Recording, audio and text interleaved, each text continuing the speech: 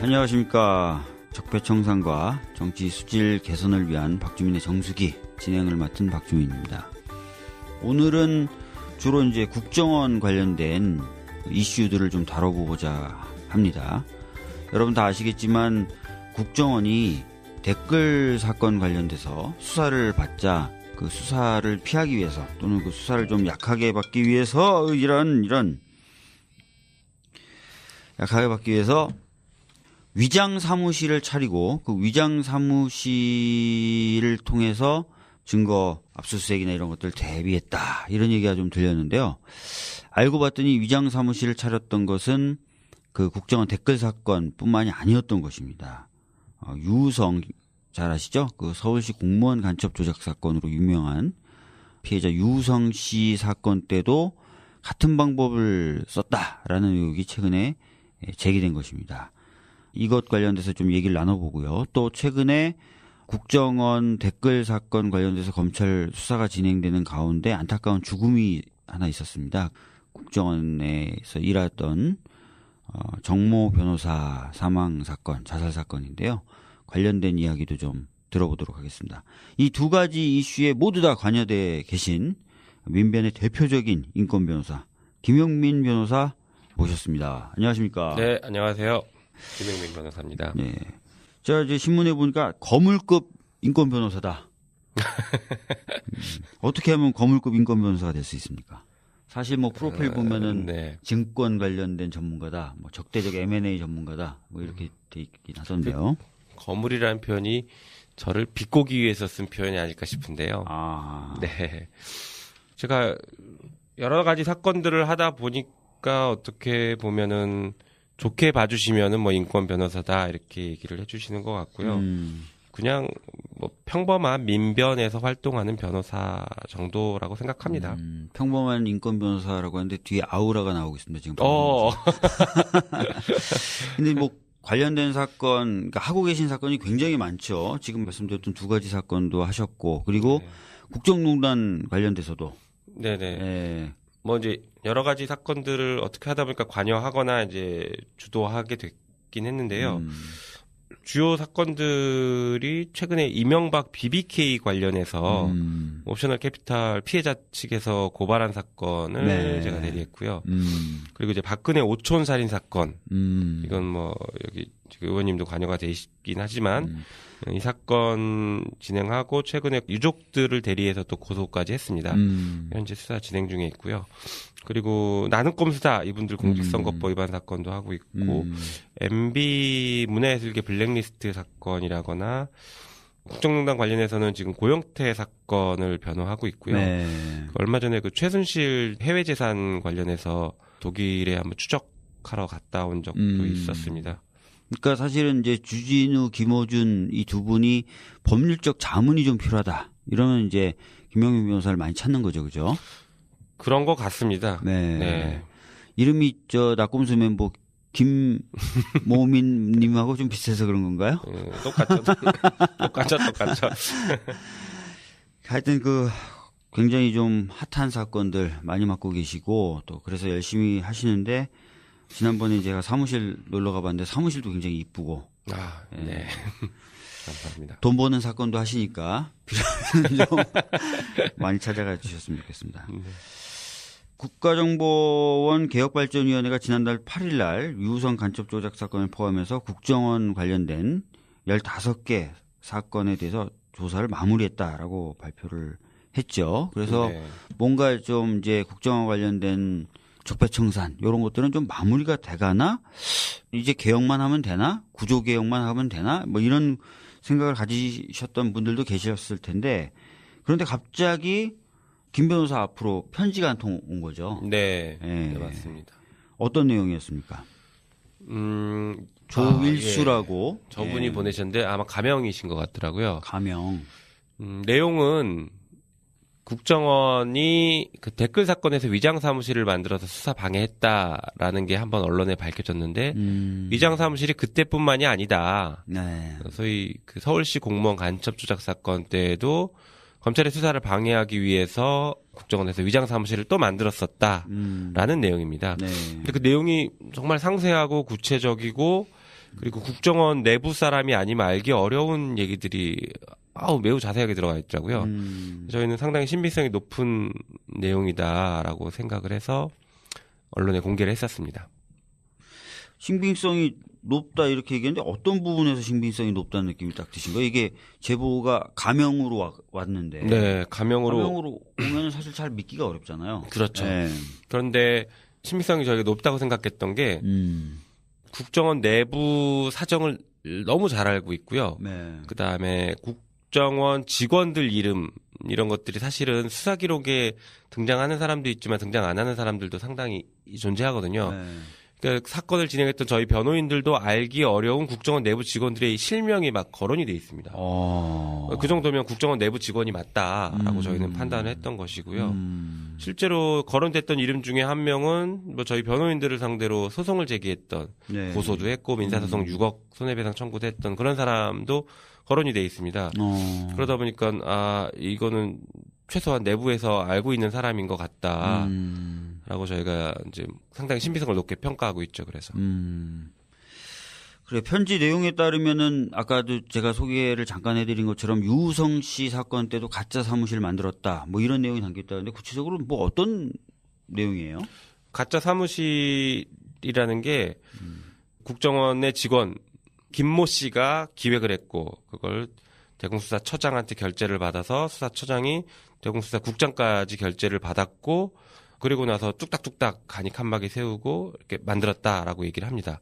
그리고 사용하지 않았거나 관련이 없는 컴퓨터들 갖다 놓고 관련이 없는 서류들 막 거기다 갖다 놓고 그래서 이제 검찰에서 압수수색이 나오니까 여기가 저희 사무실입니다라고 안내를 해서 가짜 사무실로 가서 뭐 쓸모없는 자료들만 압수수색하게 했던 것이죠. 그런데 그 가짜 사무실을 만들고 나서 국정원 2차장 까지 사무실에 와서 둘러봤다. 이런 얘기까지 기재가 돼 있고 뭐 그런 얘기들을 하고 있습니다. 그렇다면 그 국정원 2차장도 관련된 내용을 알고 있을 뿐만 아니라 적어도 용인은 했다. 그렇죠. 최소한 용인했다라고 볼 수 있고 사실은 증거 조작을 하는데 그 당시 돈이 많이 들었거든요. 그 돈이 많이 드는데 돈 들어간 것을 국정원 직원 뭐 과장 한 명이서 다 결제하고 썼다라고 보기 좀 어려운 부분들이 있었습니다. 그래서 저희가 그 당시에도 계속 문제 제기를 했던 게, 저거 돈 많이 들어갔는데, 돈 쓰려면 어쨌든 결제를 받아야 될 건데, 상위 결제 라인이 누구냐, 누구한테 결제를 받아서 돈을 썼느냐, 이 부분을 수사해달라고 저희가 검찰에 강력하게 요청을 많이 했었습니다. 그렇죠. 잠깐 이제 이 부분에서 제가 보충을 해드리면은, 증거에 돈이 많이 들었다. 무슨 얘기냐면, 유우성 씨를 간첩으로 만들기 위해서 중국과 북한 그 국경을 유우성 씨가 출입을 자주 했었다라는 증거를 만들어낸 거죠. 국정원이 돈을 들여가지고. 네네. 그 허위 조작 증거를 형사사건, 간첩사건에 이제 제출을 해가지고 이 사람이 간첩이 맞다라고 만들려고 그랬는데 사실은 김용민 변호사를 비롯한 민변 변호사님들이 직접 중국까지 찾아가가지고 그게 사실이 아니다라는 걸 밝혀낸 건데 그 과정에서 그런 허위 조작 증거들, 국정원이 만들어낸 그런 증거들이 간단하게 만들 수 있는 게 아니잖아요. 다 그럼요. 돈을 주고 네. 그런 업을 해주는 사람들한테서 받은 거라서 뭐 브로커들한테 그래서 이 정도 돈을 쓸 정도면은 이게 개인이 그냥 결단해서 할 수 있는 문제는 아니다라는 문제제기를 계속 했었다. 네네 맞습니다. 그런 얘기죠. 그런데 편지 내용에 보면은 실제로 자금 결제를 했던 사람이 이제 상급자죠. 네. 내가 자금 결제했던 거 다 파쇄해라. 라고 파쇄 지시까지 했다. 그런 얘기까지 나옵니다. 그 편지에? 네네. 사실은 지금 말씀드린 것처럼 그 돈을 썼다. 그리고 돈을 사용한 상급 결제자들을 우리가 확인해서 이게 증거 조작에 관여한 국정원 고위급이 누구냐. 거기까지 한번 수사를 해달라. 이런 요청을 했었는데 네. 그 부분은 검찰에 저희가 요구를 했기 때문에 검찰이 아니고 혹은 국정원 내부 사람이 아니면 알기 어려운 얘기였거든요. 그렇겠죠. 그 얘기를 편지에 기재한 걸 보면 이게 정말 국정원 내부 사람이 맞구나 이런 생각을 했었습니다. 그렇군요. 자, 그다음에 또 재밌는 내용이 하나 있더라고요. 저도 이거 예전에 들었을 때 황당하다고 생각했는데 증거 조작에 관여했던 권모 과장이라는 사람이 있었는데 네. 이 사람이 사건이 좀 커지니까 갑자기 주차장에서 차 안에다가 번개탄을 피우고 자살 시도를 하죠. 네, 맞습니다. 근데 깨어나요. 죽지 않아요. 네. 근데 부분 기억상실에 걸렸다. 그랬죠. 그러면서 증거 조작한 부분만 난 기억이 안 난다. 네, 딱 일상생활에 그때만. 지장은 전혀 없는데. 네. 그래서 이거 무슨 황당한 이런 일이 있냐라고 했는데 그 과정에 대한 얘기도 나온다면서요. 네, 맞습니다. 네. 자살 시도를 했던 그 권모 과정에 대해서 국정원장이 영웅 대접을 했다. 국정원을 어쨌든간 수사해서 막아냈다라고 해서 영웅 대접을 했다라는 얘기까지 나옵니다. 저희가 그 당시에도 권모 과장이 자살 시도를 한 것에 대해서 석연치 않다. 이상하잖아요. 네, 특히나 자기 차도 아니고 자기 친척 차를 가지고 나가서 밤도 아닙니다. 낮인가 가서 학원과 그 주차장, 필로티 주차장이라고 하죠. 쉽게 발견될 수 있는. 쉽게 발견될 수 있는 학원과 주차장, 사람들 왕래 많이 하는 곳에 주차를 해놓고 번개포탄을 피웠던 겁니다. 그러니까 빨리 발견됐던 것이죠. 예. 발견돼서 병원에 입원하고 치료를 받았는데 갑자기 부분기억 상실 얘기를 나왔고요. 그리고 그 수사받던 국정원 직원이 자살 시도를 했다라는 보도가 대대적으로 나가니까 검찰에서는 수사를 중단했습니다.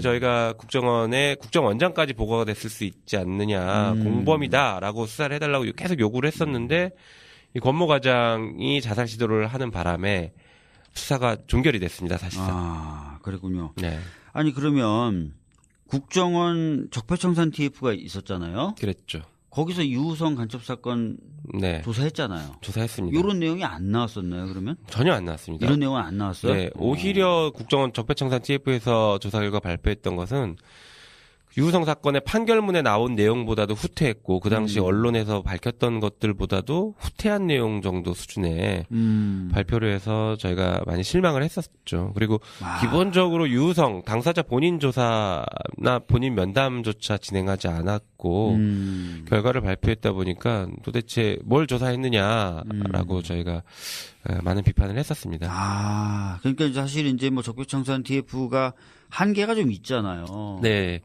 네. 내부 한계가 있습니다. 이게 다른 권력기관에 대한 뭐 조사, 내부 조사 아니면 과거사 조사 이게 다 비슷한 한계를 가지고 있는데 관련된 사람들의 당사자들의 진술을 듣기가 쉽지 않은 상태입니다, 지금. 그러다 보니까 국정원 내부 서버에 남아있는 자료들을 뒤져서 확인하고 있는 것들이 사실상 전부로 보이는데 관련된 서버에 이미 자료들이 남아있지 않거나 아니면 발견하는데 한계가 있다. 왜냐면 뭐 너무 방대한 양이 있으니까. 네. 그렇다라고 하면은 아무래도 조사 결과가 미흡할 수밖에 없다라는 한계는 저희가 인식은 하지만 그래도 최소한 당사자인 유우성에 대해서 면담을 하면 방향 설정을 하거나 이 부분을 더 확인해 봐야겠다. 아니면 누구를 만나서 조사해야겠다. 최소한 이런 것들이 더 정리가 될 수 있었을 건데 그런 것들도 잘 진행이 안 돼서 매우 안타까웠습니다. 맞습니다. 그리고 또 제가 들은 얘기는 뭐냐면 국정원 서버를 이 적폐청산 TF에 있는 사람들이 직접 볼 수가 없어서 네. 키워드를 이렇게 적어 주면은 네, 그걸 그렇죠. 국정원 직원들이 들고 가가지고 검색을 한다는 거예요. 네, 그래서 포스트잇. 에 네. 그러면 국정원 직원들이 검색했더니 이거 나왔습니다라고 주는데 실제로 검색 결과 더 많이 나왔는데 그것만 추려서 주는 건지 아닌지 검색해서 나온 걸 그대로 주는 건지 손을 대고 주는 건지 전혀 알 수가 없다는 거예요. 맞습니다. 예. 네. 그래서 15건의 조사를 마무리했다. 모든 의혹이 해소됐다. 이렇게 볼 수가 없는 거죠, 사실은. 예. 중요한 이슈들을 많이 던졌고 중요한 과거사들을 많이 제기를 해준 부분은 분명히 있고 뭐 좋은 점이었다고 생각되는데 한계가 많이 있었습니다. 그렇죠. 한계가 컸습니다. 네. 그렇습니다. 요 사건에 연루된 뭐 파견 검사 없나요? 있습니다. 있어요? 저희가 네. 확인했을 때는 우리 댓글 사건에서 지금 위장 사무실을 만드는데 적극적으로 관여했던 사람으로 알려진 장호중, 네, 전 부산지검장 지금 구속 기소가 됐죠. 네. 그분이 당시에도 국정원의 법률 보좌관으로 계속 근무를 했었던 것으로 알고 있습니다. 그리고 진짜요? 네, 이재영 검사, 네, 이분도 역시 당시 국정원에 파견돼서 근무했던 검사로 저희가 알고 있습니다. 그러니까 그 인물들이 그대로 위장 사무실을 만드는데 여전히 도움을 준 게 아니냐. 라고 생각을 하고 있고 실제로 검찰에서는 이 사건 수사를 하면서 장호중 전 지검장을 다시 조사를 하고 있다. 이런 언론 보도까지 나오고 있습니다. 그러니까 장호중 부장검사 입장에서는 처음에 반응이 뭐였냐면 댓글 사건 관련돼서 위장 사무실 만들어서 걸렸을 때 나 파견된 지 얼마 안 돼서 벌어진 일이었기 때문에 나는 깨끗한 사람이다라고 했는데 네. 사실 알고 봤더니 그 뒤에 이루어졌던 이 유우성 간첩 조작 사건 관련돼서는 또 그렇죠. 관여됐었던 의혹이 있으니까 뭐 사실은 이걸 좀 전문적으로 반복적으로 했던 맞습니다. 네. 그 당시에 그런 분위기도 있었을 것 같고요. 검찰이 정말 어떻게 보면 수사해서 뭐 거악을 척결하고 이런 역할을 해야 되는데 가서 거하게 동조했던 것이죠. 네. 수사 방해하고. 그렇군요. 자, 이거 사실 뭐 물어볼 수밖에 없는데요. 이 편지 쓰신 분 아까 이제 국정원 내부 사정을 잘 아는 분이다. 이렇게 네. 말씀을 하셨어요. 내부 고발자이신데 뭐 안전에 문제는 없습니까? 사실 그 부분이 염려가 되기는 합니다. 네. 그래서 아마 국정원 내부에서도 지금 감찰을 하겠다라고 발표까지는 했던 것 같은데요. 뭐 감찰 결과 어떤 불이익을 당할 수 있거나 뭐 그런 법적인 불이익을 당한다라는 정도는 그분도 감수를 하고 계실 것 같은데요. 네. 저희가 국정원 하면 항상 먼저 떠오르는 게 사건 조작하고 은폐하기 위해서 무슨 일이든지 한다라는 이미지가 강하거든요. 그러니까 부분 기억 상실도 네, 많으시고. 그렇기도 하고 최근에는 뭐 정모 변호사님 뭐 자살 사건으로 알려졌지만 저희는 이제 타살 의혹도 제기를 하고 있는 상황이거든요. 네. 그래서 혹시 이 국정원 직원으로 보이는 이분의 신변에 어떤 안전 문제가 생기지는 않을까라는 그런 우려를 하고는 있습니다. 이분 안전하시길 기원을 좀 하도록 하겠습니다. 이 위장 사무실을 만들어서 수사 방해를 했던 사건이 이것뿐만이 아니라 2012년 대선 당시에 국정원이 개입했었다라는 사건 관련돼서 2013년에 수사가 진행될 때 네. 그때도 또 위장 사무실을 만들었다. 이건 좀 대대적으로 보도가 됐었죠. 맞습니다. 그래서 방금 말씀하셨던 것처럼 장호중 부장검사하고 이재영 검사가 수사를 받고 있는 거죠. 지금 재판 중입니다. 재판 중이죠. 예, 기소됐습니다. 예, 파견 검사 2명이 지금 구속돼서 재판을 진행 중이고 네. 국정원 직원 4명도 지금 같이 재판 받고 있는 네, 거죠. 그런 것으로 알고 있습니다. 예.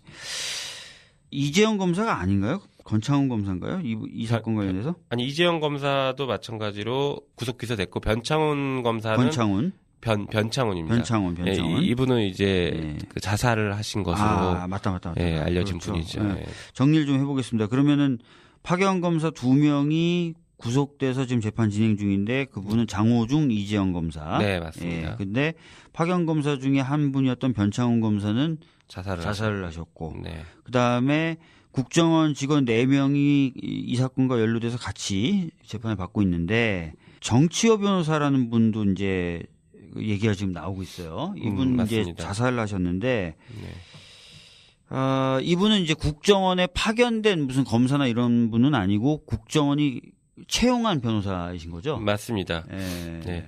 그분 관련해서 좀 말씀을 드려야 될 것 같은데 네네. 일단 이분은 언론에는 자살로 알려져 있기는 하지만 네. 이제 유족들은 타살 의혹을 강력하게 제기를 하고 있습니다. 그래서 이제 자살인지 타살인지 현재 알 수 없는 상황이기는 합니다. 그러면 이제 정치호 변호사, 정모 변호사님이 국정원에서 무슨 일을 했느냐 또 상당히 중요한 문제가 될 수 있을 겁니다. 그러니까요. 아까 그 포스트잇으로 검색 요청하면 뭐 검색해서 찾아준다 뭐 이 말씀하셨는데 네. 그 역할을 하는 변호사라고 보시면 됩니다. 그 역할을 하는 국정원 직원. 네. 그래서 적폐청산 TF가 만들어져 있던 법률보좌관실에서 외부에서 파견돼 온 검사들의 소위 말하는 감찰 업무 같은 것들을 도와주는 역할을 하는 변호사였습니다. 그러니까 국정원 적폐청산 TF에서 발표했던 여러 가지 사건들을 밝혀낸 장본인 중에 한 명이었던 것이죠. 그런데 그분이 이제 이 댓글 사건의 위장 사무실 문제가 발생했을 때 그 당시 위장 사무실에서도 근무를 했던 여전히 계속 법률보좌관실에서 근무를 했기 때문에 관여됐던 공범이 아니냐 이런 얘기들이 나왔습니다. 그래서 검찰에서 참고인 조사를 받았고 네. 참고인 조사를 한 번 더 받으러 가기 전에 사망한 채로 발견이 됐던 것이죠. 그래서 뭐 수사에 대한 부담감이 있었다 이제 뭐 이런 얘기들도 나왔고 그래서 자살한 것 아니냐 이제 이런 얘기들이 나왔던 것입니다. 아까 말씀하셨던 장호중 부장검사라는 전 검사장이죠. 검사장이죠. 부산지검장. 네. 장호중 검사라는 사람이 이제 검사장, 검사장이었는데 이 사람이 법률 보좌관으로 국정원에 파견되어 있을 때 그 보좌관실에 있었던 변호사. 네, 맞습니다. 맞죠? 그래서 이제 위장 사무실 만든 것과 관여된 것 아니냐라는 의혹도 좀 있긴 있어서 참고인 조사, 피의자가 아닌 참고인 조사를 이래 받았는데 실제로 이분이 이제 최근 들어서 주로 한 일은 국정원 적폐청산 TF를 도와서 네. 국정원이 해왔던 여러 가지 일들에 대해서 밝히는 그렇죠. 작업을 해왔다. 맞습니다. 그렇죠. 그래서 제일 많이 알고도 있고 네. 또 실제로 국정원의 서버에서 어떤 문서들이 나오고 있고 어떤 검색어를 넣으면 어떻게 돌아가는지 이런 것들을 누구보다 잘 아는 사람 중에 하나였다. 맞습니다. 이렇게 맞습니다. 보면 되는 거죠. 근데 갑자기 이분이 두 번째 참고인 조사를 앞두고 자살을 했는데 가족분들은 이게 자살이 아니라 타살이다라고 주장하고 계시다. 네, 맞습니다. 이렇게 되는 거죠. 네. 아니 근데 왜 가족분들은 자살이 아니라 타살이라고 지금 주장하고 계신 겁니까? 몇 가지 이유가 있는데요. 네. 첫 번째가 사망 현장. 사망 현장에서 발견된 여러 가지 정황들을 볼 때 번개탄을 피워서 자살한 사람으로 보기 어려운 정황들이 존재한다라는 겁니다. 그리고 또 하나는 이분이 부검 결과를 보면 일산화탄소 뭐 중독에 의해서 사망한 것처럼 보이기는 하지만 또 다른 한편으로는 칼륨 농도가 지나치게 높게 나왔습니다. 칼륨 농도가요? 네, 혈중 칼륨 농도가 높을 경우에는 심정지가 와서 사망을 하고 그렇죠. 그 전에는 무기력증, 약간 근육 그런 것들, 예, 맞습니다. 이완시킬 때 칼륨을 주사하잖아요. 네네. 예. 그런 증상들이 오기 때문에 이 칼륨 수치가 높은 것에 대해서 설명이 안 된다라고 지금 문제 제기를 하고 있는 것입니다. 혹시 뭐 일산화탄소를 과다 흡입하면 칼륨이 몸에서 생성된다 이런 건 아닌 거죠? 그런 것까지는 의학적으로 아직 밝혀진 건 아닌 것 같고요. 사망하는 과정에서 칼륨 농도가 올라갈 수 있는 정도는 그런 얘기들도 나오는 것 같긴 한데요. 이분은 칼륨 농도가 지나치게 높습니다. 지나치게 높다. 네, 예를 들어서 우리가 칼륨 농도 수치를 7 정도가 나오면은 고칼륨증이다. 뭐 질병으로 보거든요. 네. 그런데 이분은 15 이상이 나왔습니다. 그러니까 질병 수치보다 2배 이상이 나왔던 것이죠. 질병 수치보다 2배 이상이 나왔다. 네, 네. 그래서 그 정도면 이제 충분히 사망할 수 있는 정도라고 볼 수 있는 것인데. 아니 그러면 잠깐만요. 네. 수치가 7만 나와도 질병 수준이다라고 하는데 15가 나왔다. 15 이상. 15 이상이 나왔다. 네. 상당히 높죠. 이게 원래 제가 알기로도 제가 정확히 기억하는 건 모르겠지만 제가 공군인 그 헌병 소대장이었는데 네. 군견을 다뤄요, 헌병이. 네. 근데 나이가 들어서 이제 제 기능을 못하는 군견들을 이제 안락사 시킬 때 칼륨이 함유된 주사를 넣거든요. 네. 그러면 이제 천천히 잠이 들듯이 뭐 한다. 뭐 이런 얘기를 제가 들은 적은 있어요. 제가 군견 소대장은 아니어가지고. 그리고 그래서 하여튼 근육 이완이나 이런 작용을 일으킨다고 제가 들었는데. 그렇죠. 이 칼륨이라는 게 전해질을 조절하는 그런 기능을 한다고 봐야 되는데 심장이 뛰는 정기적 신호 자체를 칼륨이 방해해서 심장을 못 뛰게 만드는 것이죠. 그래서 이분의 직접 사망 원인이 뭐 부검 결과는 일단 일산화탄소 중독이라고는 나오긴 했는데 그 이전에 이 칼륨 농도를 통해서 이분의 반항할 수 없는 상태가 만들어진 게 아닌가라는 의심을 하고 있는 것입니다. 그리고 매우 중요한 것 중에 하나가 이분이 번개탄을 차에서 피워서 자살한 것으로 현장은 돼 있는데 번개탄 껍질을 뜯었습니다. 비닐을. 그렇죠. 네, 비닐이 옆에서 발견이 됐거든요. 타지 않고. 그러면 비닐을 뜯었으면 번개탄 손으로 만진 것이거든요. 그렇지 않습니까? 손으로 만져야 불을 피울 수 있으니까. 그렇죠. 손에 지금 번개탄 묻은 흔적이 현재로서는 발견이 안 되고 있고 부검할 때에도 이 흔적을 확인하지 않았습니다. 그래서 저희랑 이제 유족들이 강력하게 문제 제기해서 현재 지금 손가락에 번개탄 흔적이 남아 있는지를 감식을 했고 아직 결과는 나오지 않은 상태입니다. 만약에 손에 번개탄 흔적이 전혀 없다라고 하면 이 자살한 분이 번개탄을 피운 게 아닌 게 되는 것이죠. 네. 보통 그렇죠. 저도 번개탄 자주 써봤는데 비닐봉투를 뜯죠, 당연히. 네. 그럼 번개탄을 손으로 만질 수밖에 없어요. 맞습니다. 근데 손에는 전혀 번개탄은 여러분들 써보신 분도 아시겠죠. 겉에 석탄가루가 다 묻어 있어요. 화약가루하고. 근데 그런 흔적을 현재로서는 발견되지 않았다. 네. 그리고 뭐 서류 가방 얘기도 좀 나오시고 그러던데 그런 건 뭔가요? 얘기가 나오고. 네. 이분 차 트렁크에서 보자기가 한 3개 정도가 발견이 됐는데 보자기가. 2개가 잘려져 나간 흔적이 있는 보자기입니다. 근데 보자기는 이제 뭐 변호사나 뭐 검사 판사 이렇게 법 쪽에 있는 사람들은 기록을 싸기 위해서 많이 사용하는 것입니다. 그 보자기의 에 뭔가 기록 같은 것을 집어넣고 잘 묶어놓은 상태였던 것으로 보이는데 누군가가 그것을 강제로 풀다가 안 풀리니까 가위를 잘라서 풀고 내용물을 가져간 게 아닌가라는 의심을 저희가 하고 있는 것입니다. 물론 이제 국정원에서 서류를 이렇게 서류 뭉치 정도를 가지고 나오기는 어려운 상황은 맞습니다. 뭐 국정원 내부 보안 때문에. 그렇다라고 하면 만약에 서류가 있었다라고 하면 국정원에서 가지고 나온 서류인지 아니면 집에서 보관되고 있던 사건과 관련된 서류인지 그건 저희가 현재로서는 알 수는 없는데 최소한 누군가가 강제로 풀기 위해서 가위를 자른 흔적이 있는 보자기가 3개 중에 2개가 발견됐다라는 것입니다. 그리고 뭐 가족분들이 제기하는 의혹 중에는 평상시 정 변호사가 차를 굉장히 깨끗하게 관리를 하는데 네. 전혀 그 상황이 좀 다르더라. 네, 맞습니다. 차량이 관리된 상황이 다르더라. 그렇죠. 이런 얘기도 나왔고요. 네네네. 그리고 뭐 몇 가지 또 이상한 점들이 있습니다.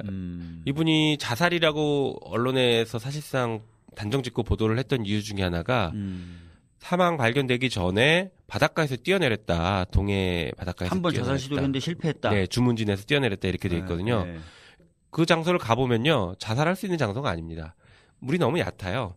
그러니까 다리를 기준으로 한쪽은 수심 1.5m 정도 되는 바닷물, 한쪽은 모래사장입니다. 그곳에서 뛰어내려서 익사하기가 쉽지 않죠. 그리고 특히 정 변호사 같은 경우는 수영을 굉장히 잘한 분이었습니다. 실제로 발견 당시에 뛰어내린 상태에서 발견된 게 물속에 있는 게 발견된 게 아니라 혼자 걸어 나와서 다리 이렇게 붙잡고 다리 옆에 서 있는 상태로 발견이 됐습니다. 이미 혼자서 다 헤쳐나와서 살아있는 상태에서 발견이 된 것이죠. 그러니까 뭐 자살을 위해서 물에 들어갔다는 건지 아니면 뭐 저도 사실 과거에 그런 적이 있었거든요. 굉장히 고민 있고 스트레스 받을 때 그냥 물 같은 데 푹 들어가가지고 찬물에 막 정신 차리고 이래서 뭐 나오고 그런 걸 수도 있는 거네요. 그럴 수도 있고 이분은 누군가에게 내가 자살을 하려고 합니다라고 보여주기 위한 게 아닌가라는 생각을 합니다. 왜냐하면 이분의 사망하기 전후의 행적들을 보면 누군가에게 쫓기는 듯한 행적들이 계속 나오거든요. 자기 전화기를 안 씁니다. 친구를 만나러 갔을 때도 원주에 있는 친구 집에 찾아가서 자기 전화로 친구한테 하면 되는데 위치가 노출될까봐 친구 부인의 전화기로 전화를 해서 집에 있으니까 빨리 와라 해서 만나고 CCTV가 없는 곳으로만 돌아다니려고 했고요. 그리고 실제로 전화기를 꺼놓은 상태에서 그 이후의 행적들이 있습니다. 야, 그리고 뭐 전화기를 이분이 여러 대를 썼는데 그 중에 안 발견된 전화기들이 있죠. 네, 맞습니다. 전화기를 총 3대를 사용한 것으로 알고 있는데 확인이 됐는데 그 중에 1대만 발견되고 2대는 발견이 안 됐습니다. 야, 우리가 저 박근혜 오촌간 살인 사건 그 사건 할 때 기억나지만 휴대폰이 없어졌죠. 그랬죠, 거기서도. 네. 또 이게 좀 답답합니다. 그러니까 가족분들 입장은 충분히 이해가 됩니다. 이런 의혹이 많은데 이걸 단순히 자살 사건으로 보기가 어렵다. 그죠? 그렇죠. 이제 저희가 수사를 요청을 하긴 했는데 만약에 수사 결과가 자살이라고 나온다고 하더라도 이분이 자살할 동기 부분은 현재로서는 없다라고 저희는 판단을 하거든요. 알려진 것은 그거예요. 뭐 수사에 대한 압박감 얘기를 하고 있는데 뭐 확인해 보니까 이미 수사에 대한 압박감은 거의 없었던 것으로 그 사망 무렵에는 그래요. 수사에 대한 압박감은 거의 해소가 된 것 같더라고요. 그런데 또 한편으로는 이런 생각도 듭니다. 우리는 그 당시에 단편적으로 봤을 때는 심리전달 댓글 사건과 관련된 위장사무실이 밝혀졌고 정치호 변호사가 관여한 것으로 보여서 수사가 진행됐다라고만 알고 있었는데 그 이후에 유우성 사건에서 위장사무실이 또 있었다라고 확인이 되지 않았습니까? 네, 그렇죠. 정치호 변호사는 그 모든 걸 알고 있었을 것이다. 이미. 왜냐하면 본인이 직간접적으로 관여가 돼 있기 때문에 이 지금 위장사무실의 수사가 어디까지 흘러갈지 모르겠다. 라는 생각은 또 다른 위장 사무실이 있으니까 그런 데까지 사건이 번져가면은 더 많은 국정원 관계자들이 맞습니다. 조사받고 수사 대상이 될 것이고 조직에 더 큰 위해가 가해질 것이다.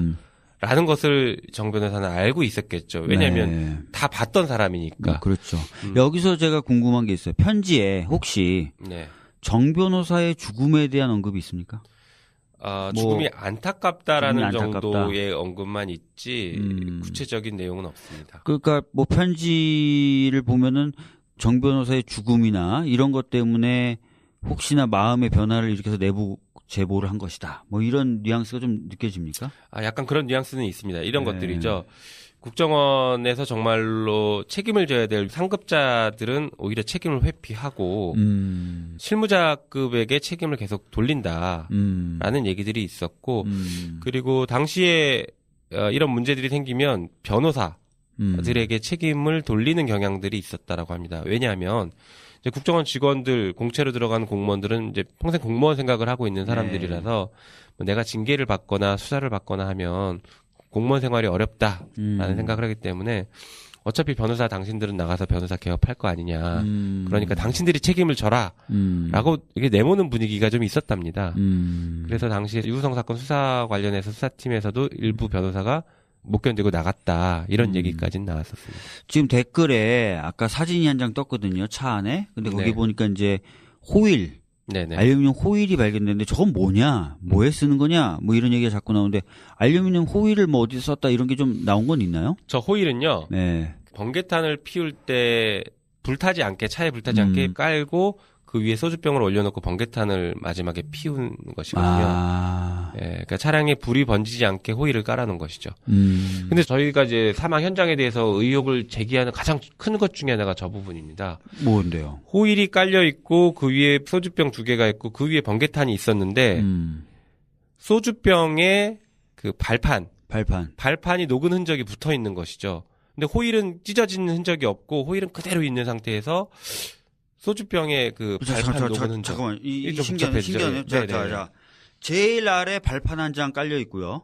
그렇죠. 그 위에 알루미늄 호일이 깔려 있어요. 맞습니다. 그 알루미늄 호일 위에 소주병이 있습니다. 2개가 있고 그다음에 그 소주병 위에 번개탄이 있어요. 번개탄이 있습니다. 근데 신기한 게 이 알루미늄 호일은 멀쩡한데 그렇죠.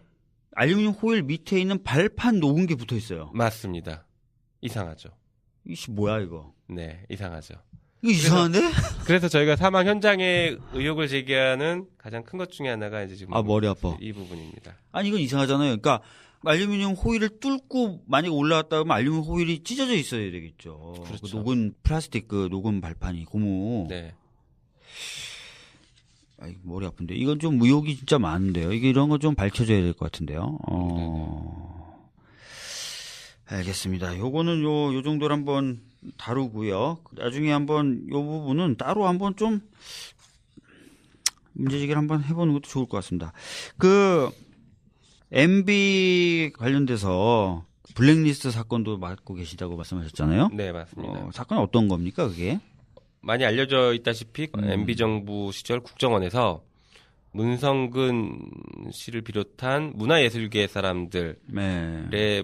블랙리스트를 만들었습니다. 그래서 그 리스트를 통해서 불이익을 제공하고 방송 출연을 못하게 하거나 네. 뭐 영화를 못 만들게 하거나 뭐 이런 여러 가지 불이익들을 제공했죠. 그래서 정부의 비판적인 입장을 표명하고 있는 영향력 있는 사람들의 입막음을 하려고 했다라고 하는 사건입니다.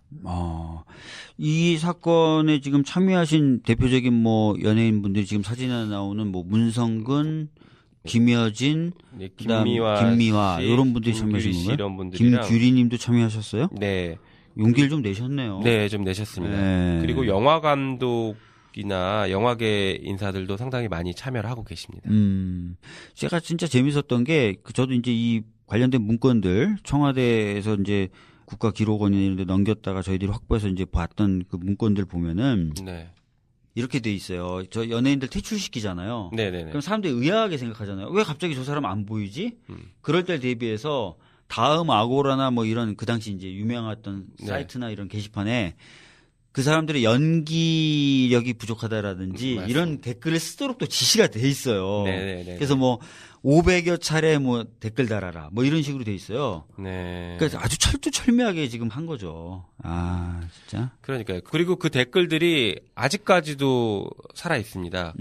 지금 저희가 뭐 블랙리스트 고소하고 손해배상 제기하고 문제 제기하고 있는 와중에도 여전히 해당 연예인들이나 문화예술계 사람들에 대해서 댓글 공격이 계속 이어지고 있습니다. 요즘에도요? 네, 그럼요. 지금도 이어지고 있습니다. 요즘에 막 댓글들 보면은 좀 댓글 부대들이 살아난 것 같아요. 네. 그래서 좀 댓글이나 아니면 트위터 뭐 이런 것들 주의 깊게 좀 보셔야 돼요. 굉장히 선동적이면서도 근거 없고 그런데 프로의 냄새가 좀 나는 그런 맞습니다. 것들이 많더라고요. 네. 예. 요 사건 관련해서 이제 뭐 고소 대리를 하셨는데 요 사건으로 인해서 MB가 포토라인에 좀 쓸 수 있을까요? 고소를 한 입장에서는 당연히 서야 된다라고 생각을 하고 있습니다. 이게 어떻게 보면은 정말 치사하고 저질적인 방법을 사용한 것이거든요. 네. 예술의 자유, 표현의 자유를 가장 치사한 방법으로 침해를 한 겁니다. 생계를 쥐고 흔들면서 표현의 자유, 예술의 자유를 침해한 것이거든요. 네. 그리고 이게 어떻게 보면은 그렇게 그 입을 막으면서 또 여론을 조작하고 이게 일맥상통하는 것이거든요. 어떻게 네. 하나의 큰 그림에서 이어지는 것이지 단순히 이 사건만 딱 따로 떼서 볼 거는 아니라고 봅니다. 그러면 MB나 박근혜가 이런 일들을 한 이유는 보면 정권 유지 혹은 정권 재창출이거든요. 그러기 위해서 하나의 중요한 수단으로 이렇게 여론을 조작하고 입막음을 해왔던 것이죠. 우리가 지금 이미 국정농단 사건에서 알고 있듯이 왜 그러면 정권 유지를 저렇게 하고 연장을 하고 싶었을까? 국가를 통한 개인의 사적 이익을 취득하려고 했기 때문에 정권의 보호가 필요했던 것이고 내가 정권을 끌고 가고 싶었던 것이다. 이렇게 하나의 큰 그림 하에서 이어졌던 것이고 그런 기획이었기 때문에 반드시 이거는 법정에 세워서 뿌리와 근거들을 다 밝혀내야 된다. 이렇게 생각을 하고 있습니다. 네. 사실 뭐 지금 MB 관련된 사건들이 여러 지금 진행되고 있어요. 뭐 네. 국정원 댓글 개입 사건, 그다음에 문화계 블랙리스트 사건, 언론 장악 관련된 시도 사건, 네. 수사들이 군사이버사, 뭐. 군사이버사 사건, 제2롯데월드도 지금 공익감사 네. 청구로 해가지고 또 감사도 진행되고 있고 곧 뭐 수사도 진행될 수 있을 것 같은데 네. 여러 사건들이 지금 막 진행이 돼가고 있는데 안타깝게도 보면 항상 뭔가 이게 목전에서 또는 그 코앞에서 좌절되는 듯한 느낌. 예를 들어서 뭐 맞습니다. 김관진 전 국방부 장관이 갑자기 구속적 부심에서 풀려난다든지 네. 뭐 이런 것들이 지금 계속 나오고 있는데 요런 흐름에 대해서는 평가를 좀 하신다면 어떻게 평가를 좀 할 수 있을까요? 인신구속 영장실질심사에서 나오고 뭐 이런 아니, 그러니까 구속적부심에서 나오거나 뭐 이런 흐름들과 관련해서는 일단 먼저 얘기를 하고 싶은 것은 법원에서 인신구속에 관련된 제대로 된 기준이 없는 게 아닌가, 지나치게 좀 자의적이지 않은가, 이런 뭐 미시적인 뭐 말씀을 먼저 드려보고요. 그리고 지금 이렇게 일련의 흐름들이 나오는 것들을 보면 소위 말해서 MB의 세력들 아니면은 뭐 박근혜 전 대통령의 나머지 잔존 세력들의 마지막 저항과 이게 발악이 아닌가 이런 생각이 좀 들긴 듭니다. 그리고 여기서만 보이는 게 아니라요. 이런 것들이죠. 최근에 적폐 수사에 대한 피로감들을 토로하는 기사들이 이제 나오고 있기 시작하고 그리고 검찰총장은 연내에 적폐 수사 마무리하겠다라는 협의되지 않은 발언을 했다가 사실상 뭐 취소를 하는 적도 있고요. 그 뭐 이런 흐름들을 보면은 단순히 하나씩 튀어나오는 것들이 아니라 소위 말하는 적폐 세력들 아니면 개혁의 대상이 되는 세력들이 자기들의 살 길을 찾기 위해서 계속 저항하고 하는 그런 모습들이 하나씩 이제 파편들로 보이는 게 아닌가. 근데 그 저항은 상당히 조직적일 수 있다. 조직적일 수 있을 것 예, 같아요. 그런 흐름이라고 보여집니다. 지금 제가 이제 여론조사 전문가 분하고 좀 얘기를 나눠봤는데요. 자유한국당이나 바른정당 같은 뭐 보수를 표방하는 정당들의 지지율은 낮지만 네. 과거에 이제 보수 쪽을 지지했던 분들 많이 결집이 되시고 있다 그러더라고요. 그럴 것 같은데요. 예, 여론조사를 계속 해보면은 뭔가 계속 자극하고 뭐 이런 작업들도 있긴 있는 것 같다는 느낌을 받습니다. 뭐 정확한 건 아니라서 더 말씀드리긴 그런데 지난 12일 날 검찰 과거사위원회 드디어 출범을 했습니다. 네. 거기 소속돼 계시죠? 네, 맞습니다. 되게 바빠요. 그러니까 우리 김영민 변호사님이 사건도 하시랴, 그 다음에 이제 각종 위원회에 또 포함되셔가지고 여러 가지 개혁적인 작업도 하시고, 또 심지어 돈 버는 일도 간혹 하십니다. 가끔 봅니다. 검찰 개혁 과거사위원회 이게 뭐 하는 데예요? 검찰이 과거에 권한을 남용해서 국민들의 인권을 침해한 사례들이 다수 있지 않습니까? 뭐 우리 국민들이 알고 있는 여러 가지 사건들이 존재합니다. 이제 그런 사건들을 발굴해서 조사를 하는 겁니다. 사실은 근데 법무부와 검찰 내부 조사의 한계성은 있기는 하지만 네. 문제됐던 과거사들에 대해서 최초로 검찰이 과거사를 외부에서건 스스로건 조사하는 것은 이번이 최초거든요. 네, 그렇죠. 그래서 검찰의 과거사를 들여다본다라고 하는 것에 어떤 큰 의미가 있고 그 과거사 문제들을 들여다보면서 어떤 문제점들이 있었고 앞으로 어떤 개선 방향으로 나갈지에 대한 권고안들을 만드는 그런 작업을 할 것 같습니다. 그 참여정부 시절에 네. 권력기관들 보고 다 과거사위원회를 좀 만들어라라고 이제 노무현 대통령님이 말씀하셨는데 네.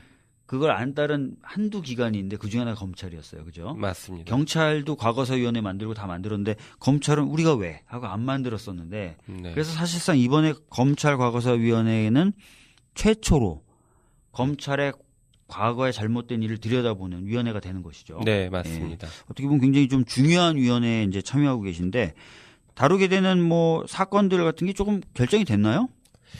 이게 저희가 이제 비밀 유지 의무 조항이 있어가지고 네. 뭐 이렇게 속 시원하게 말씀드릴 수는 없는데 어쨌든간 사건을 최대한 빨리 선정을 해서 국민들에게도 공감될 수 있는 네, 그런 사건들 그리고 공정성과 중립성을 확보할 수 있는 이런 사건들을 선정을 해서 조사에 들어가도록 지금 준비를 하고는 있습니다. 예, 뭐 속 시원하게 말씀은 못 해주셨는데 하여튼 사건 선정을 해나가는 과정이군요. 지금. 네, 맞습니다. 예, 알겠습니다. 검찰 과거사위원회가 출범하니까 조선일보에서 단독으로 문무일 검찰총장의 발언을 실었어요. 문 총장이 이해 충돌 때문에 변호사를 선정해서는 안 된다라고 얘기를 했다는 거예요. 네. 뭘까요? 그리고 자유한국당 부대변인은 이 민변의 한풀이위원회인 검찰과거사위원회 즉각 해체하라. 이런 얘기를 했는데 이게 뭐죠? 검찰의 잘못을 들여다볼 수 있는 과거사위원회가 출범하다 보니까 그게 불편한 사람들이 많을 겁니다. 그래서 이제 그 불편함을 토로하는 과정들이라고 보여져요. 근데 물론 이제 어떤 지적들은 과거사위원회가 반드시 염두에 두고 그 신경을 써야 되는 부분들이다. 라고 할 수 있는 뭐 중요한 지적들일 수도 있기는 해요. 근데 뭐 제일 중요한 관건이 중립성, 공정성 이런 것들을 어떻게 과거사위원회가 확보할 수 있느냐 이런 문제로 결국에 귀결될 것 같고 최대한 좋은 결과들을 내놔야 될 것 같다라는 생각을 하고는 있습니다. 네. 이제 다만 지금 뭐 조선일보, 조선 TV조선인가요? 이쪽에서 보도한 것과 같은 그런 내용의 공격들은 잘 맞지 않지 않나 이런 생각들을 합니다. 예를 들어서 이제 검찰에서는 최초에 아마 대학 교수들 위주로 과거사위원회가 꾸려져야 된다라고 네. 주장을 했던 것으로 알고는 있는데요. 그렇게 되면 또 이제 실효성 문제의 한계들이 봉착될 수도 있다. 이런 여러 가지 이제 다양한 지적들이 있습니다. 근데 이제 변호사가 안 된다라는 것은 뭐 이해관계, 이해충돌이 있다라고 하는데 이미 그 법무부 훈령에 이해충돌이 있는 경우에는 그 위원 같은 경우에는 뭐 기피, 제척, 회피 뭐 이런 여러 가지 제도들을 마련해 뒀습니다. 네. 그래서 그런 부분들은 어느 정도 제도적으로 보완이 되고 있기 때문에 충분히 보완 가능하다, 대비가 가능하다 이렇게 볼 수 있는 것이고요.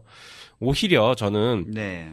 과거사를 검찰에서 조사를 하게 될 것 같은데 검찰이 자기 스스로 과거사를 조사하는 그 구조 자체가 더 문제가 있지 않느냐. 그게 오히려 더 이해상충 아니냐.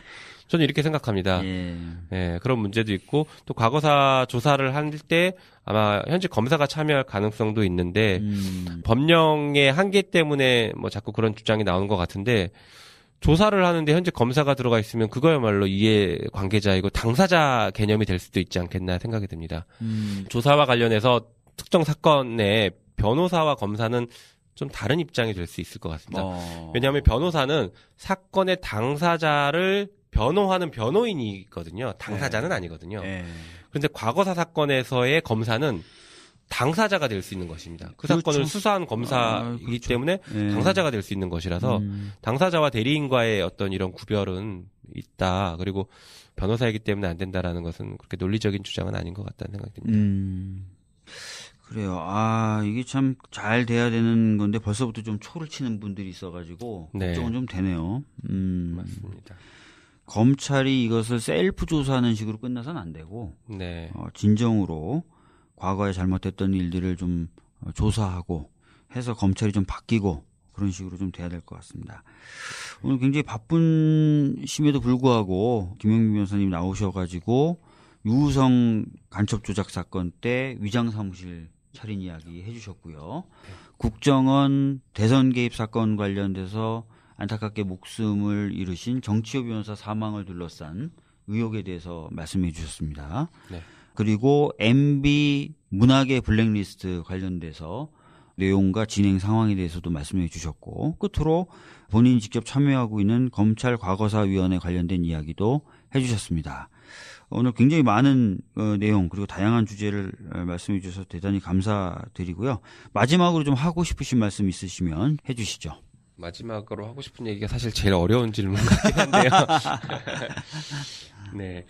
지금 저는 이제 그 일련의 흐름들 있지 않습니까? 소위 말하는 적폐청산에 대한 반대, 반발, 피로감 토로하는 이런 흐름들에 대해서 네. 그렇지 않다라는 얘기를 꼭 드리고 싶은데요. 뭐 이런 겁니다. 뭐 정의로운 사회, 뭐 정의가 밥 먹여주냐? 뭐 사실 이런 얘기들 논란이 나올 수 있는데요. 저는 정의로운 사회, 정의가 밥 먹여주는 게 맞다라고 생각을 합니다. 왜냐하면 우리가 공정한 사회이고 정의로운 사회에서 그런 사회야지 내가 하는 일만큼 내가 정당한 보상을 받을 수 있거든요. 네. 그렇지 않은 사회라고 하면 열심히 노력하는 것보다는 어떻게든 반칙을 찾아가고 줄을 대려고 하고 이렇게 살아가게 됩니다. 우리가 과거 보수 정권이라고 부르는 9년 동안 그렇게 많이 길들여져 있지 않습니까? 어떤 가치관이나 민주주의 이런 것들보다 효율성을 더 중시하고 어떻게든 내가 돈만 벌면 되고 살아남으면 된다라는 잘못된 가치관이나 이런 그 행태 이런 것들을 후배들에게 많이 주입이 돼 있고 교육이 돼 있다라고 보여지는데 그렇지 않다. 사회가 정의로우면 우리도 밥 먹고 살기 더 좋아지고 네. 쉬워진다라는 얘기를 꼭 드리고 싶었습니다. 그래요. 어떻게 보면 자식한테 또는 후손들에게 물려줄 가장 큰 재산이 정의롭고 공정한 사회겠죠. 그럼요. 그걸 위해서는 적폐청산을 통해서 반칙이 다시는 반복될 수 없다. 뿌리내릴 수 없다.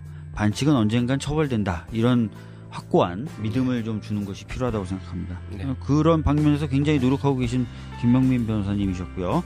오늘 나와주셔서 대단히 감사합니다. 네, 감사합니다. 예, 오늘 방송은 이것으로 마치도록 하겠습니다. 감사합니다. 부분들이 있었습니다. 그래서 저희가 그 당시에도 계속 문제 제기를 했던 게, 저거 돈 많이 들어갔는데, 돈 쓰려면 어쨌든 결제를 받아야 될 건데, 상위 결제 라인이 누구냐, 누구한테 결제를 받아서 돈을 썼느냐, 이 부분을 수사해달라고 저희가 검찰에 강력하게 요청을 많이 했었습니다. 그렇죠. 잠깐 이제 이 부분에서 제가 보충을 해드리면은, 증거에 돈이 많이 들었다. 무슨 얘기냐면, 유우성 씨를 간첩으로 만들기 위해서 중국과 북한 그 국경을 유우성 씨가 출입을 자주 했었다라는 증거를 만들어낸 거죠. 국정원이 돈을 들여가지고. 네네. 그 허위 조작 증거를 형사사건, 간첩사건에 이제 제출을 해가지고 이 사람이 간첩이 맞다라고 만들려고 그랬는데 사실은 김영민 변호사를 비롯한 민변 변호사님들이 직접 중국까지 찾아가가지고 그게 사실이 아니다라는 걸 밝혀낸 건데 그 과정에서 그런 허위 조작 증거들, 국정원이 만들어낸 그런 증거들이 간단하게 만들 수 있는 게 아니잖아요. 다 그럼요. 돈을 주고 네. 그런 업을 해주는 사람들한테서 받은 거라서 뭐 브로커들한테 그래서 이 정도 돈을 쓸 정도면은 이게 개인이 그냥 결단해서 할 수 있는 문제는 아니다라는 문제제기를 계속 했었다. 네네, 맞습니다. 그런 얘기죠. 그런데 편지 내용에 보면은 실제로 자금 결제를 했던 사람이 이제 상급자죠. 네. 내가 자금 결제했던 거 다 파쇄해라 하고 파쇄 지시까지 했다. 그런 얘기까지 나옵니다. 그 편지에? 네네. 사실은 지금 말씀드린 것처럼 그 돈을 썼다. 그리고 돈을 사용한 상급 결제자들을 우리가 확인해서 이게 증거 조작에 관여한 국정원 고위급이 누구냐. 거기까지 한번 수사를 해달라. 이런 요청을 했었는데 네.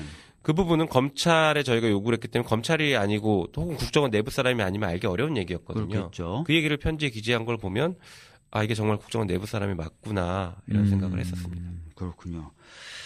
자, 그다음에 또 재밌는 내용이 하나 있더라고요. 저도 이거 예전에 들었을 때 황당하다고 생각했는데 증거 조작에 관여했던 권모 과장이라는 사람이 있었는데 네. 이 사람이 사건이 좀 커지니까 갑자기 주차장에서 차 안에다가 번개탄을 피우고 자살 시도를 하죠. 네, 맞습니다. 근데 깨어나요. 죽지 않아요. 네. 근데 부분 기억상실에 걸렸다. 그랬죠. 그러면서 증거 조작한 부분만 난 기억이 안 난다. 네, 딱 일상생활에 그때만. 지장은 전혀 없는데. 네.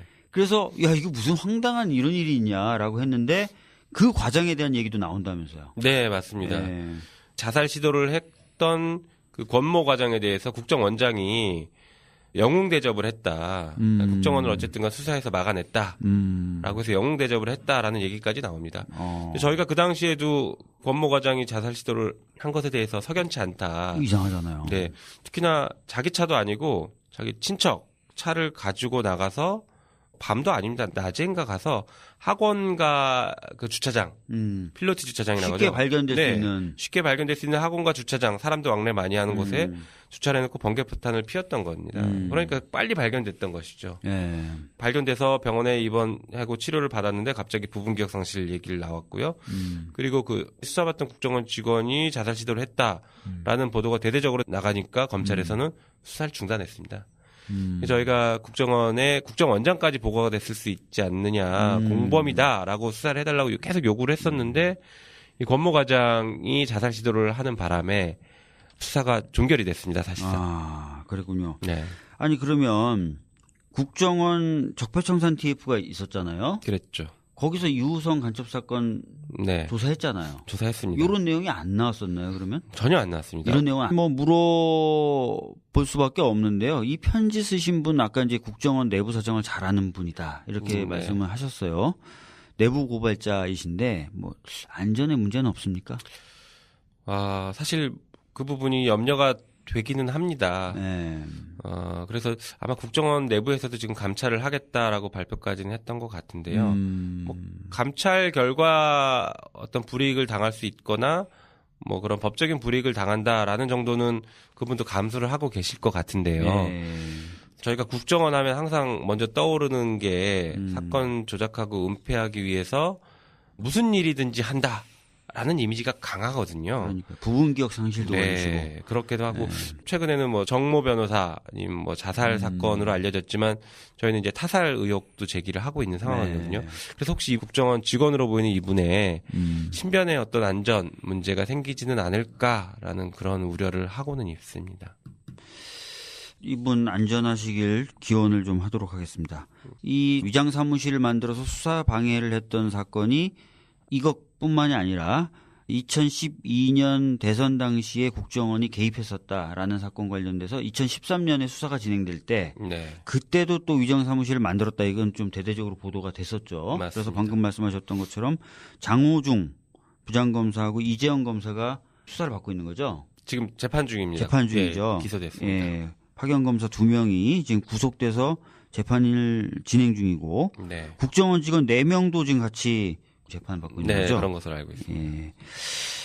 이재영 검사가 아닌가요? 권창훈 검사인가요? 이 사건 관련해서? 아니 이재영 검사도 마찬가지로 구속 기소됐고 변창훈 검사는 권창훈, 변창훈입니다. 변창훈. 예, 이분은 이제 예. 그 자살을 하신 것으로 맞다. 예, 알려진 그렇죠. 분이죠. 예. 예. 정리를 좀 해보겠습니다. 그러면은 파견 검사 2명이 구속돼서 지금 재판 진행 중인데 그분은 장호중, 이재영 검사. 네, 맞습니다. 예. 근데 파견 검사 중에 한 분이었던 변창훈 검사는 자살을 하셨고, 네. 그 다음에 국정원 직원 4명이 이 사건과 연루돼서 같이 재판을 받고 있는데 정치호 변호사라는 분도 이제 얘기가 지금 나오고 있어요. 이분 이제 맞습니다. 자살을 하셨는데. 네. 이분은 이제 국정원에 파견된 무슨 검사나 이런 분은 아니고 국정원이 채용한 변호사이신 거죠? 맞습니다. 네. 네.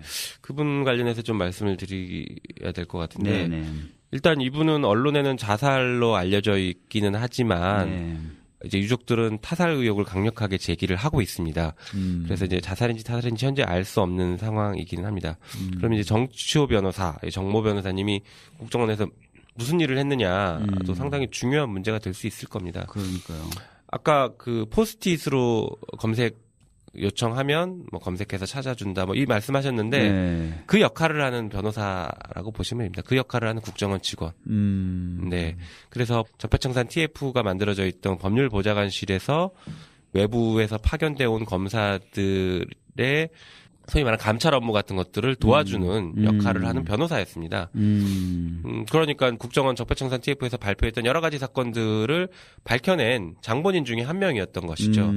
그런데 그분이 이제 이 댓글 사건의 위장 사무실 문제가 발생했을 때 그 당시 위장 사무실에서도 근무를 했던 여전히 계속 법률보좌관실에서 근무를 했기 때문에 관여됐던 공범이 아니냐 이런 얘기들이 나왔습니다.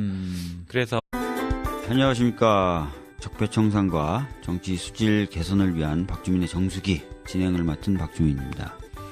오늘은 주로 이제 국정원 관련된 이슈들을 좀 다뤄보고자 합니다.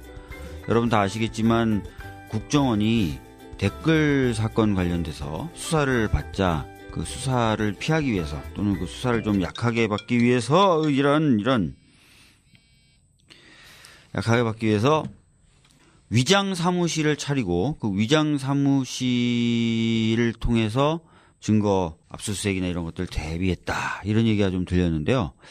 알고 봤더니 위장 사무실을 차렸던 것은 그 국정원 댓글 사건뿐만이 아니었던 것입니다. 유우성 잘 아시죠? 그 서울시 공무원 간첩 조작 사건으로 유명한 피해자 유우성 씨 사건 때도 같은 방법을 썼다라는 의혹이 최근에 제기된 것입니다. 이것 관련돼서 좀 얘기를 나눠보고요. 또 최근에 국정원 댓글 사건 관련돼서 검찰 수사가 진행되는 가운데 안타까운 죽음이 하나 있었습니다. 국정원에서 일하던 정모 변호사 사망 사건, 자살 사건인데요. 관련된 이야기도 좀 들어보도록 하겠습니다. 이 두 가지 이슈에 모두 다 관여돼 계신 민변의 대표적인 인권 변호사 김용민 변호사 모셨습니다. 안녕하십니까? 네, 안녕하세요. 김용민 변호사입니다. 네, 제가 이제 신문에 보니까 거물급 인권 변호사다. 어떻게 하면 거물급 인권 변호사가 될 수 있습니까? 사실 뭐 프로필 보면은 네. 증권 관련된 전문가다, 뭐 적대적 M&A 전문가다, 뭐 이렇게 돼 있긴 하던데요. 거물이라는 표현이 저를 비꼬기 위해서 쓴 표현이 아닐까 싶은데요. 아, 네. 제가 여러 가지 사건들을 하다 보니까 어떻게 보면은 좋게 봐주시면은 뭐 인권 변호사다 이렇게 얘기를 해주시는 것 같고요. 그냥 뭐 평범한 민변에서 활동하는 변호사 정도라고 생각합니다. 평범한 인권 변호사라고 하는데 뒤에 아우라가 나오고 있습니다. 지금. 근데 뭐 관련된 사건, 그러니까 하고 계신 사건이 굉장히 많죠. 지금 말씀드렸던 두 가지 사건도 하셨고, 그리고 네. 국정농단 관련돼서도. 네네. 네. 뭐 이제 여러 가지 사건들을 어떻게 하다 보니까 관여하거나 이제 주도하게 됐긴 했는데요. 주요 사건들이 최근에 이명박 BBK 관련해서 옵셔널 캐피탈 피해자 측에서 고발한 사건을 네. 제가 대리했고요. 그리고 이제 박근혜 오촌 살인 사건. 이건 뭐 여기 지금 의원님도 관여가 되시긴 하지만 이 사건 진행하고 최근에 유족들을 대리해서 또 고소까지 했습니다. 현재 수사 진행 중에 있고요. 그리고 나는 꼼수다 이분들 공직선거법 위반 사건도 하고 있고 MB 문화예술계 블랙리스트 사건이라거나 국정농단 관련해서는 지금 고영태 사건을 변호하고 있고요. 네. 얼마 전에 그 최순실 해외 재산 관련해서 독일에 한번 추적하러 갔다 온 적도 있었습니다. 그러니까 사실은 이제 주진우, 김어준 이 두 분이 법률적 자문이 좀 필요하다. 이러면 이제 김용민 변호사를 많이 찾는 거죠, 그죠? 그런 것 같습니다. 네. 네. 이름이 낙곰수 멤버 김모민님하고 좀 비슷해서 그런 건가요? 똑같죠. 똑같죠. 하여튼 굉장히 좀 핫한 사건들 많이 맡고 계시고 또 그래서 열심히 하시는데 지난번에 제가 사무실 놀러 가봤는데 사무실도 굉장히 이쁘고 안 나왔어요? 네. 오히려 국정원 적폐청산 TF에서 조사 결과 발표했던 것은 유우성 사건의 판결문에 나온 내용보다도 후퇴했고 그 당시 언론에서 밝혔던 것들보다도 후퇴한 내용 정도 수준의 발표를 해서 저희가 많이 실망을 했었죠. 그리고 기본적으로 유우성 당사자 본인 조사나 본인 면담조차 진행하지 않았고 결과를 발표했다 보니까 도대체 뭘 조사했느냐라고 저희가 많은 비판을 했었습니다. 그러니까 사실 이제 뭐 적폐청산 TF가 한계가 좀 있잖아요. 네. 내부 한계가 있습니다. 이게 다른 권력기관에 대한 뭐 조사, 내부 조사 아니면 과거사 조사 이게 다 비슷한 한계를 가지고 있는데 관련된 사람들의 당사자들의 진술을 듣기가 쉽지 않은 상태입니다, 지금. 그러다 보니까 국정원 내부 서버에 남아있는 자료들을 뒤져서 확인하고 있는 것들이 사실상 전부로 보이는데 관련된 서버에 이미 자료들이 남아있지 않거나 아니면 발견하는데 한계가 있다. 왜냐면 뭐 너무 방대한 양이 있으니까. 네. 그렇다라고 하면은 아무래도 조사 결과가 미흡할 수밖에 없다라는 한계는 저희가 인식은 하지만 그래도 최소한 당사자인 유우성에 대해서 면담을 하면 방향 설정을 하거나 이 부분을 더 확인해 봐야겠다. 아니면 누구를 만나서 조사해야겠다. 최소한 이런 것들이 더 정리가 될 수 있었을 건데 그런 것들도 잘 진행이 안 돼서 매우 안타까웠습니다. 맞습니다. 그리고 또 제가 들은 얘기는 뭐냐면 국정원 서버를 이 적폐청산 TF에 있는 사람들이 직접 볼 수가 없어서 네. 키워드를 이렇게 적어서 주면은 네, 그걸 그렇죠. 국정원 직원들이 들고 가가지고 검색을 한다는 거예요. 네, 그래서 포스트잇. 에 네. 그러면 국정원 직원들이 검색했더니 이거 나왔습니다라고 주는데 실제로 검색 결과 더 많이 나왔는데 그것만 추려서 주는 건지 아닌지 검색해서 나온 걸 그대로 주는 건지 손을 대고 주는 건지 전혀 알 수가 없다는 거예요. 맞습니다. 예. 네. 그래서 15건의 조사를 마무리했다. 모든 의혹이 해소됐다. 이렇게 볼 수가 없는 거죠, 사실은. 예. 중요한 이슈들을 많이 던졌고 중요한 과거사들을 많이 제기를 해준 부분은 분명히 있고 뭐 좋은 점이었다고 생각되는데 한계가 많이 있었습니다. 그렇죠. 한계가 컸습니다. 네. 그렇습니다. 요 사건에 연루된 뭐 파견 검사 없나요? 있습니다. 있어요? 저희가 확인했을 때는 우리 댓글 사건에서 지금 위장 사무실을 만드는데 적극적으로 관여했던 사람으로 알려진 장호중 네, 전 부산지검장 지금 구속 기소가 됐죠. 네. 그분이 당시에도 국정원의 법률 보좌관으로 계속 근무를 했었던 것으로 알고 있습니다. 그리고 진짜요? 네, 이재영 검사. 네, 이분도 역시 당시 국정원에 파견돼서 근무했던 검사로 저희가 알고 있습니다. 그러니까 그 인물들이 그대로 위장 사무실을 만드는데 여전히 도움을 준 게 아니냐.